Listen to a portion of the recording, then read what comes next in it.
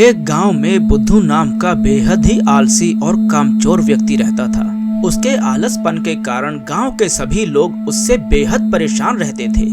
वह सारा दिन पड़े पड़े बस ऊंचे ऊंचे सपने देखा करता था। आज भी वह एक खेत में एक पेड़ के नीचे आंखें बंद करके लेटा हुआ था। खेत के मालिक चौधरी की आवाज उसके कानों में टकराई। यहाँ क्या कर रहा है बुद्धू? मैंने तुझे काम पर रखा है या आराम करने के लिए? कौन है भाई जिसने मुझे मेरे सपनों से जगा दिया? अरे अपनी सोई हुई आंखें फाड़ कर तो देख, मैं हूँ इस खेत का मालिक। अरे आप हैं चौधरी जी? ये क्या, अभी अभी तो आकर लेटा हूँ चौधरी जी। क्या आपके खेत में काम करने के बाद कुछ देर आराम भी नहीं कर सकते क्या? पिछले 3 घंटे से तुझे इसी पेड़ के नीचे लेटा देख रहा हूँ।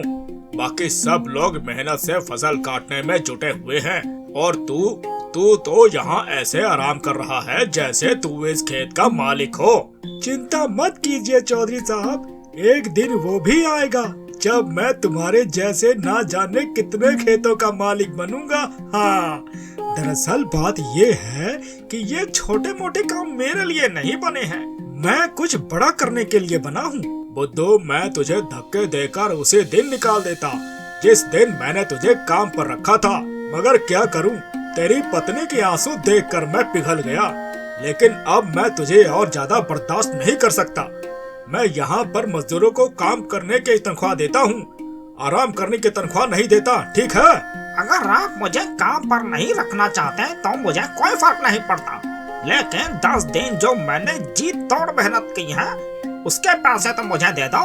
तेरा दिमाग तो ठीक है बुद्धू, पिछले 10 दिनों में तूने 12 घंटों में 12 मिनट भी काम नहीं किया, किस बात के पैसे? देखो चौधरी, किसी गरीब को दबाना अच्छी बात नहीं होती। अरे आपने फिल्मों में तो देखा ही होगा, जब कोई अमीर आदमी किसी गरीब व्यक्ति की तनख्वाह नहीं देता तो वह गरीब डाकू बन जाता है। हाँ। बुद्धू की बात सुनकर चौधरी हंसने लगा। डाकू बनने के लिए भी बहुत मेहनत लगती है बुद्धू, पता है तुझे? बंदूक उठानी पड़ती है, घुड़सवारी करनी पड़ती है, तुझसे तो वो भी नहीं होगा। इससे पहले कि मैं तुझे धक्के देकर यहाँ से निकाल दूं, सीधी तरह से यहाँ से मेरी आंखों के सामने से दूर हो जा। चौधरी का गुस्सा देखकर बुद्धू डर गया और चुपचाप अपने घर चला गया।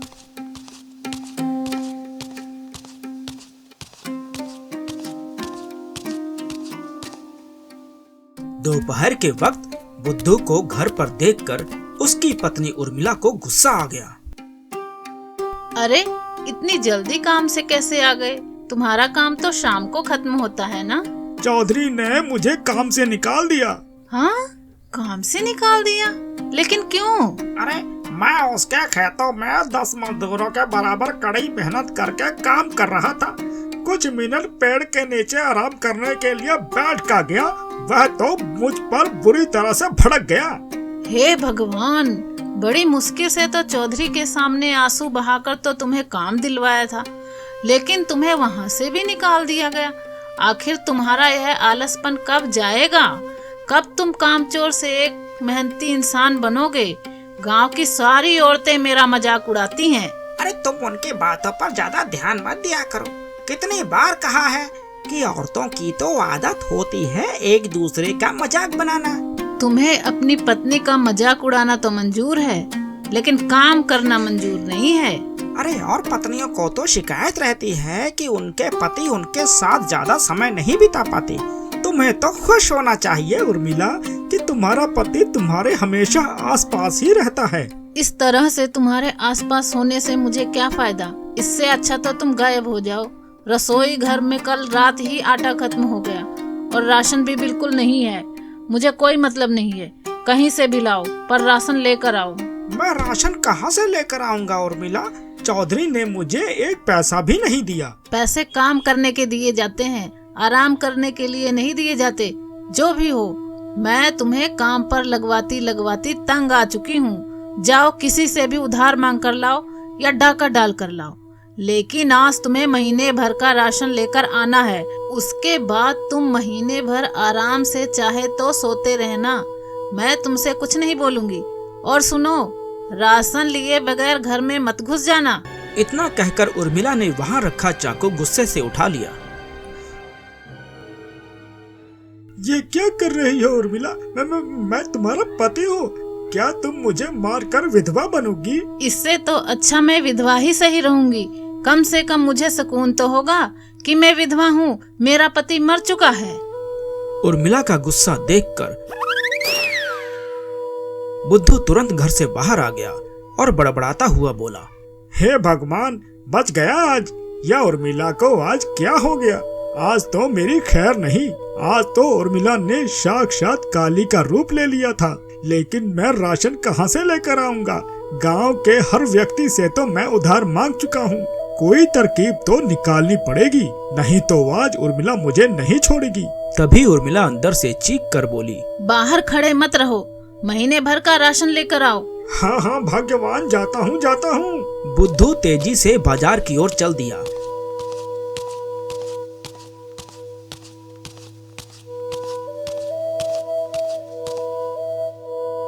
मगर कुछ ही दूर जाकर थक गया। कितनी गर्मी है, मुझे तो बहुत थकान हो रही है। एक काम करता हूँ, किसी पेड़ के नीचे बैठकर थोड़ा आराम कर लेता हूँ। हाँ, और वहीं बैठकर सोचता हूँ कि राशन पानी का जुगाड़ कैसे किया जाए। बुद्धू एक पेड़ के नीचे जाकर आंख बंद करके लेट गया। तभी उसके कानों में किसी साधु की कड़कदार आवाज टकराई। उठ जा कामचोर, यहाँ क्यों लेटा है? बुद्धू ने देखा कि एक साधु उसे गुस्से से घूरे जा रहा था। अब तुम्हें मेरे यहाँ आराम करने से क्या दिक्कत होने लगी साधु जी? मुझे परेशान मत करो हैं। अच्छा खासा मैं सपनों की दुनिया में खोया हुआ था। जिस पेड़ के नीचे तू सपने देख रहा है ना, वो पेड़ मेरा है। क्यों, इस पेड़ के नीचे तुम्हारा नाम लिखा है क्या? इस समय मैं इस पेड़ के नीचे बैठकर तपस्या करता हूँ। तपस्या करनी है? साधु जी तो हिमालय की चोटी में जाकर तपस्या करो, भगवान जल्दी प्रसन्न हो जाएंगे। मैं तेरे बारे में सब जानता हूँ। तो इसमें नई बात क्या है? मैं इसी गांव का रहने वाला हूँ, वो तो सभी जानते हैं। मैं जानता हूँ कि तू इस वक्त क्या सोच रहा है। बुद्धू उठकर खड़ा हो गया। क्या सोच रहा हूँ है? बताओ। तू सोच रहा है कि तू महीने भर का राशन कहाँ से लेकर आएगा और कैसे लेकर आएगा। अरे आप तो वाकई बड़े पहुँचे हुए साधु हैं, लेकिन इससे मुझे घंटा फर्क पड़ता है।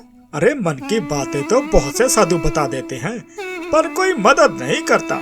बुद्धू की बात सुनकर साधु मुस्कुराते हुए बोला, अगर मैं तेरी मदद करूँगा तो क्या तू मेहनती बनेगा? जब तुम मेरी मदद करके मुझे धन दौलत दे दोगे तो मुझे मेहनती बनने की क्या जरूरत है? लेकिन वो सब बातें बात की हैं। तुम ये बताओ कि मेरी मदद कैसे कर सकते हो? बुद्धू की बात सुनकर साधु ने अपना हाथ हवा में घुमाया कि अचानक एक मुर्गी साधु के हाथ में आ गई। अरे साधु जी, आप तो जादूगर भी मालूम होते हो। यह जादू नहीं मूर्ख, सिद्धि है। तू जैसा इंसान नहीं समझेगा। अब मेरी बातें ध्यान से सुन, इसको अपने घर ले जा। क्या साधु जी, इस मुर्गी का भला मैं क्या अचार डालूंगा? अरे मैं और मेरी पत्नी तो शाकाहारी हैं। अरे मूर्ख व्यक्ति, पहले मेरी बात तो पूरी सुन ले। यह मुर्गी रोज एक अंडा देगी। समझ गया साधु महाराज, आगे बोलने की जरूरत नहीं है, मैं पूरा समझ गया। और मैं उस अंडे को रोज बाजार में बेच दूं। मूर्ख, यह तुझे रोज सोने का अंडा देगी। तू सोने के अंडे को रोज बाजार में बेच आना। धीरे धीरे करके तू अमीर हो जाएगा और तेरे सारे सपने पूरे हो जाएंगे। इसमें तो बहुत वक्त लग जाएगा साधु जी। मैं रोज रोज करके इसका अंडा देने का इंतजार नहीं कर सकता। आप मुझे एक ऐसी मुर्गी दे दीजिए जो एक ही बार में ढेर सारे सोने के अंडे दे दे, और फिर यह मुर्गी तो कल से अंडे देगी ना। मुझे तो अभी महीने भर का राशन लाना है। साधु ने क्रोधित होकर अपना हाथ दोबारा हवा में लहराया और मुर्गी गायब हो गई। तू सिर्फ कामचोर ही नहीं बल्कि मूर्ख भी है। अब जो भी हो साधु जी, मुझे तो तुरंत अमीर बनना है। साधु ने अपना हाथ फिर से लहराया। तभी उसके हाथों में एक कुल्हाड़ी आ गई। ये ले, इस कुल्हाड़ी को अपने साथ ले जा। इस कुल्हाड़ी की खासियत यह है कि तू इस कुल्हाड़ी को जिस पेड़ पर भी चलाएगा, यह कुल्हाड़ी उस पेड़ को अपने आप ही काट देगी और तू उन लकड़ियों को बाजार में बेच आना। ये कैसी बातें कर रहे हैं साधु जी? हैं? कुल्हाड़ी देनी थी तो सोने की दे देते। अब आप ही बताइए, लकड़ियाँ बेचने को बाजार जाना पड़ेगा ना, उसमें तो मेहनत लगेगी, वो मैं नहीं कर सकता। बुद्धू की बात सुनकर साधु बुरी तरीके से झुंझला गया। तो फिर तुझे क्या चाहिए? साधु की बात सुनकर बुद्धू गहरी सोच में डूबते हुए बोला, फिलहाल तो मुझे आपके पास जितने भी पैसे हैं वो मुझे दे दीजिए, ताकि मैं महीने भर का राशन तो भरवा लूं। बुद्धू की बात सुनकर साधु ने एक नोट निकालकर उसे थमा दिया। ये ले। हैं? यह तो सिर्फ 50 रुपए है। इससे महीने भर का राशन तो क्या, आज का भी राशन नहीं आ पाएगा। आपको पता भी है महंगाई कितनी हो गई है। कहाँ तो आप मुझे सोने का अंडा देने वाली मुर्गी दे रहे थे और आपकी जेब से निकला तो सिर्फ 50 रुपए। मूर्ख व्यक्ति, मैं अपने पास सिर्फ उतने ही पैसे रखता हूँ जितना मैं अपने पेट में अन्न ग्रहण कर सकूं। बाकी सिद्धि और माया मोह की बातें तेरे जैसा बेवकूफ क्या जाने, तेरा कुछ नहीं हो सकता। इतना कहकर साधु वहाँ से चला गया। चलो कम से कम 50 रुपए तो मिले। बुद्धू 50 रुपए लेकर बाजार घूमने लगा। तभी बुद्धू की नजर गांव में बनी एक नई छोटी दुकान पर पड़ी, जहां गर्मा गर्म समोसे बन रहे थे। लगता है ये दुकान नई है और समोसे बनाने वाला भी इस गांव में नया लगता है। ये समोसे की खुशबू, आहा, कितनी अच्छी आ रही है। चलो एक काम करता हूँ, कुछ समोसे इसी 50 रुपए से खरीद लेता हूँ। अगर राशन का जुगाड़ नहीं हुआ तो उर्मिला समोसे खाकर अपना पेट तो भर लेगी, कम से कम उसका गुस्सा तो शांत हो जाएगा ना। बुद्धू सीधा समोसे की दुकान पर चला गया। बुद्धू दुकानदार से बोला, लगता है इस गांव में नए आए हो। जी बाबू साहब, कुछ दिन पहले ही मैंने दुकान खोली है। सुना है इस गांव में काफी खुशहाली है। हाँ हाँ, वो तो है। वैसे एक समोसा कितने में बेच रहे हो? 5 रुपए का एक समोसा है। इस महंगाई ने भी कमर तोड़ दी है भैया। हमारे बचपन में तो 10 के 5 आते थे। वो जमाने लद गए साहब। शहर में तो यह समोसा 10 रुपए का मिलता है। सही है, ये लो 50 रुपए और 10 समोसे का पैकेट बना देना। मैं कुछ देर बाद आपसे ले लूंगा, ठीक है? ठीक है। बुद्धू समोसे वाले को पैसे देकर बाजार में इधर उधर नजरें दौड़ाने लगा। तभी उसकी नजर एक राशन की दुकान पर पड़ी। बुद्धू उस दुकान में घुस गया। यह लो झोला और महीने भर का राशन भर दो और पैसे हिसाब में लिख लेना। मैं अगले महीने दे दूंगा, ठीक है? अबे तेरा दिमाग तो ठीक है बुद्धू। अबे तूने पिछले ही उधारी नहीं चुकाई। पिछले 6 महीने से यही कह रहा है कल दे दूंगा, कल दे दूंगा। मेरे पैसे देना तो दूर, तो उल्टा उधार और मांगने चला आया। चल भाग यहाँ से। अरे राशन नहीं देना तो आकड़ क्यों रहे हो भैया? आपको किसी गरीब की बेइज्जती करते हुए शर्म नहीं आती? अबे तो पिछला उधार दिया नहीं और नया उधार मांगने और आ गया। तेरी आरती उतारूं क्या बे? देख बुद्धू, मैं तुझे 1 रुपए का भी उधार नहीं देने वाला। सबसे पहले पिछली उधारी चुका और उसके बाद जो भी सामान खरीदना है नकद खरीद, समझा? तभी दुकानदार के पास उसका नौकर भोला आ गया। दुकानदार भोला से बोला, अरे ओ भोला, वो समोसे वाला है, उससे तू मेरी पत्नी का हार छुड़वा आया क्या? हाँ साहब, मैंने उसे पूरे पैसे दे दिए। भोला की बात सुनकर बुद्धू सोच में पड़ गया। उसने आंखों के इशारे से भोला को अपनी ओर बुलाया। अबे इतनी बड़ी राशन की दुकान का मालिक होकर इसने उस समोसे वाले को अपनी पत्नी का हार क्यों दे दिया? अरे वह समोसे वाला है ना, समोसे के साथ साथ ब्याज का भी काम करता है। मालिक को पैसों की जरूरत थी, उन्होंने अपनी पत्नी का हार समोसे वाले के यहाँ गिरवी रख दिया। आज पैसे देकर वह हार छुड़वा लिया। तभी बुद्धू के दिमाग में एक विचार आया। बड़ा अकड़ रहा था ना, अभी तुझे बताता हूँ। हाँ भाई, पिछली उधारी कितनी थी मेरे ऊपर? सब मिलाकर पूरे 10,000। मैं जानता था तुम मुझे उधार नहीं दोगे, इसीलिए मैं अपनी पत्नी की अंगूठी चुपके से ले आया था और मैंने 10,000 में उसे समोसे वाले के पास गिरवी भी रख दिया था। तुम एक काम करो, पूरे 5,000 का राशन मुझे दे दो और अपने नौकर भोला को मेरे साथ समोसे वाले के यहाँ भेज दो। मैं समोसे वाले से उसे पैसे दिलवा दूंगा। बुद्धू की बात सुनकर दुकानदार सोच में पड़ गया। अबे तेरी बीबी के पास सोने की अंगूठी आई कहाँ से बे? अरे मैं कामचोर हूँ, लेकिन मेरी बीवी अच्छे परिवार की है। उस बेचारी को तो पता भी नहीं है कि मैंने उसकी अंगूठी गिरवी रख दी है। दुकानदार ने बुद्धू की बात पर यकीन कर लिया और पूरे 5000 का राशन उसे दे दिया और भोला को बुद्धू के साथ भेज दिया। बुद्धू उस समोसे वाले से दूर जाकर खड़ा होकर बोला, अरे समोसे वाले भैया जी, भैया वो 10 का पैकेट तुम भोला को दे देना, ठीक है? भोला ने समझा कि बुद्धू 10,000 की बात कर रहा है। बुद्धू भोला से बोला, 10 का पैकेट ले और अपने मालिक के मुंह पर मार देना।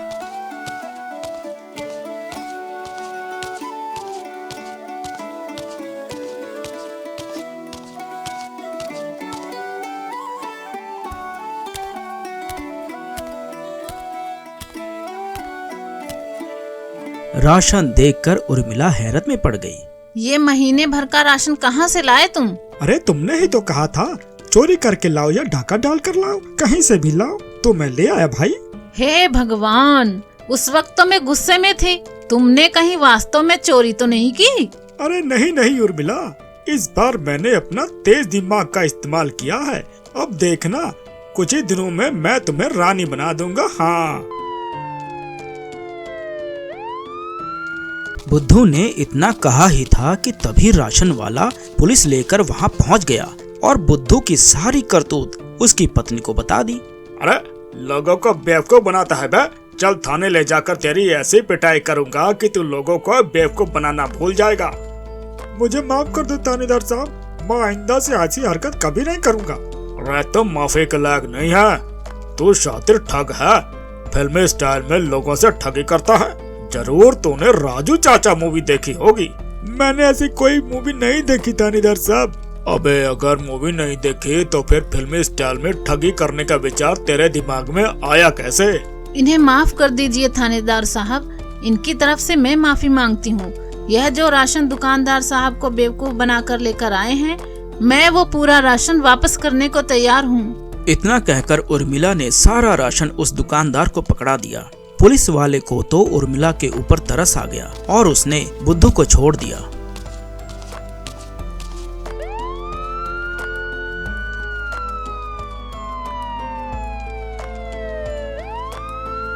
देखो, तुम्हारी वजह से अब तो पुलिस भी हमारे दरवाजे पर आ गई है। मुझे माफ कर दो उर्मिला, मैं कल से अपनी काम चोरी की आदत छोड़ दूंगा और मेहनती बन जाऊंगा।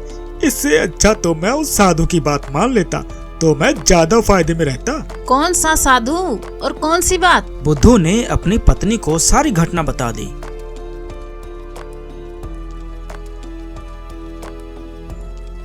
साधु ने बिल्कुल सही ही कहा था।